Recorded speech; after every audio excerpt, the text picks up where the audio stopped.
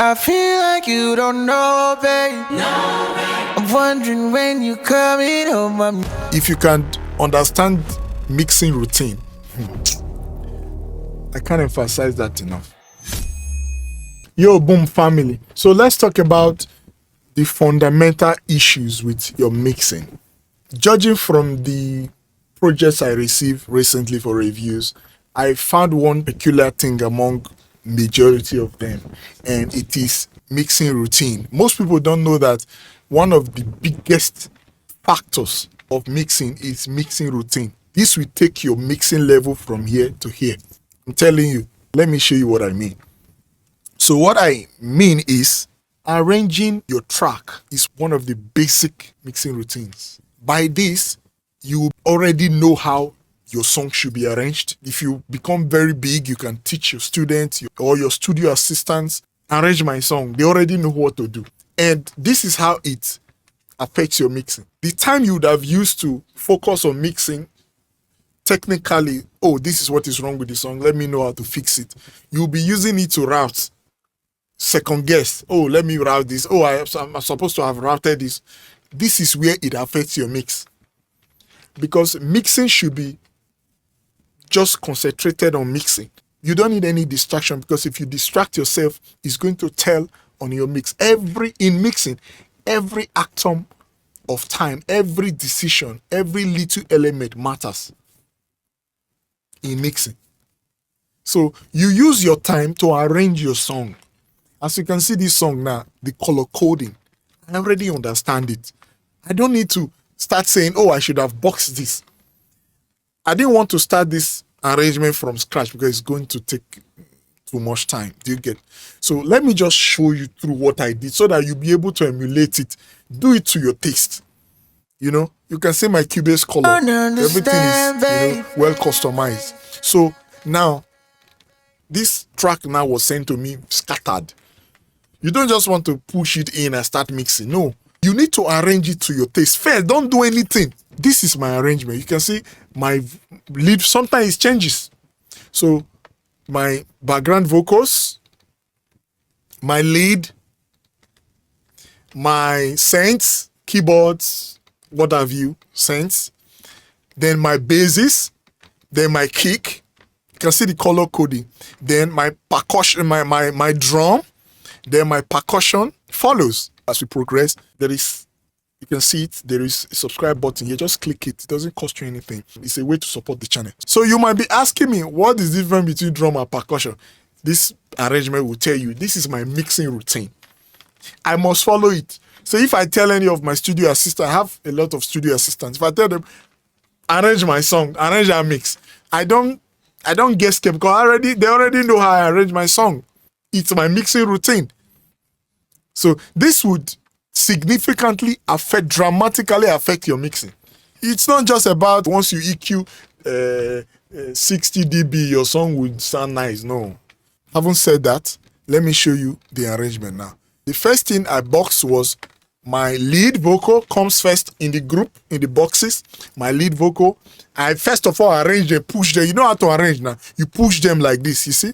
You push them, you look for them, because they will be scattered. You look for them, it's okay, these are my drums. You bring all the drums down before you now begin to box them. Do you get? So you bring all the drums down, you look for the shakers, anything related to shaker, you put them together. Anything related to rolls, these are my two rolls. See them, they are together. And what again? Things that are sounding identical, things that are sounding alike. So okay, look at my kick, separate, just before my drums. Then my snares, look at my two snares, they are together. My percussion, then my drums, then my percussions again.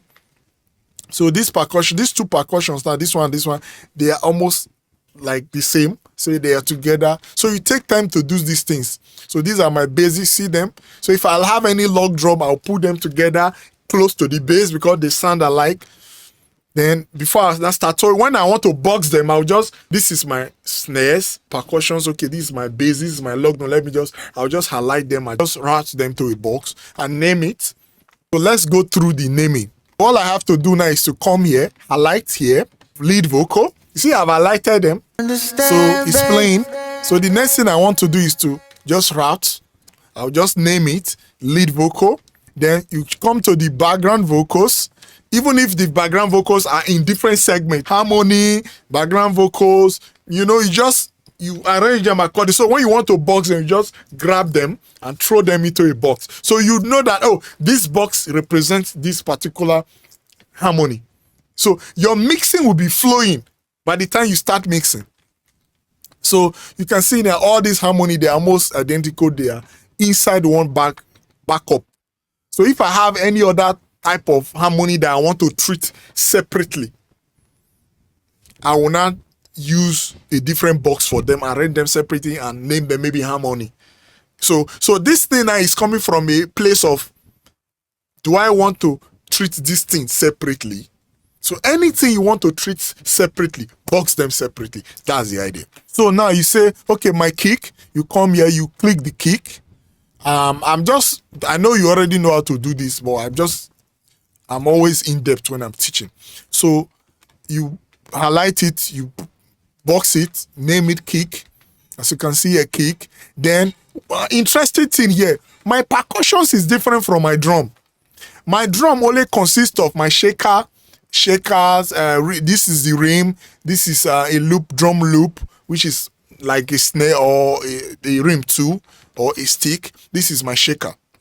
These three now go directly. Maybe this 4, because this is also a stick that supports the snare, goes directly to my drum. Then, but my percussions, as you can see, I will just grab it from here to here. Everything here now, these are my rolls, and these things sound identical to the rolls, this color. So everything here now will go straight to the percussion. Why am I separating them? Because these percussions, they are like boom boom, like bongo, conga, like the low mid. So I want to have some sort of control, maybe with a clipper before it goes back to the drum. So if you click the percussion, you say it's being routed back to the drums. Look at it here. But this snare is going directly to the drums. Before it goes to the drum box, I would have had a bit of control that I want so that it doesn't mess up, because this thing is about, like I always say, it's about, controlling your peaks, your dynamics. Do you get your frequencies? Do you get? So since they sound identical, I want to be able to have some level of control on that in a box, on all the sound and all the elements before they go to the drums. Then even if I want to do anything there, I cannot just do something subtle. Do you get? So now the reason is that sometimes those percussions, those conga, they might need something that the snare or the shaker does not need. So by the time you put the effects inside the drum box, everything together, it might not sound well. It might not really do it the way you would have loved to do it if they are boxed differently. So you can see my scent. So I just, highlight them like this. Boom. They're already in the same color. So what you need to do is just highlight them, because you already know the color, and just boom, push them into a box. It's as simple as that. If I have log drum, I will name it, color code them, name it log drum, because I will treat them separately. I might want a saturator for it to slap, on the log drum as opposed to the bass. You can see my basses, they always sound identical. I push them into a box. Then automation, of course, I always tell you, put your vocals, all your vocals in a group, and that's where you do your automation. And inside that group, you need to use a limiter, so I'm not lying to you. So you can see it here. I replicated that here, did that here. So everything is already arranged. Because of, as I'm boxing them, I'm thinking of, this is my mixing routine. So this is how I want to work. Do you get that? Because as you are boxing them, you are feeling, okay, I have to do it this way, I have to do it this way, so that I'll be able to control this. So you already have your reasons for doing them. See, because all these things can be a little bit confusing. And once you are confused, when you are mixing, it takes a biting, or it encroaches your mixing skill, your idea. You get now, it will bite into your ideas of mixing, because you are not confused, you are not distracted.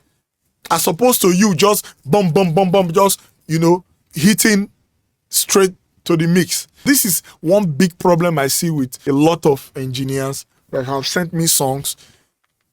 Mixing routine, write it down. Mixing routine.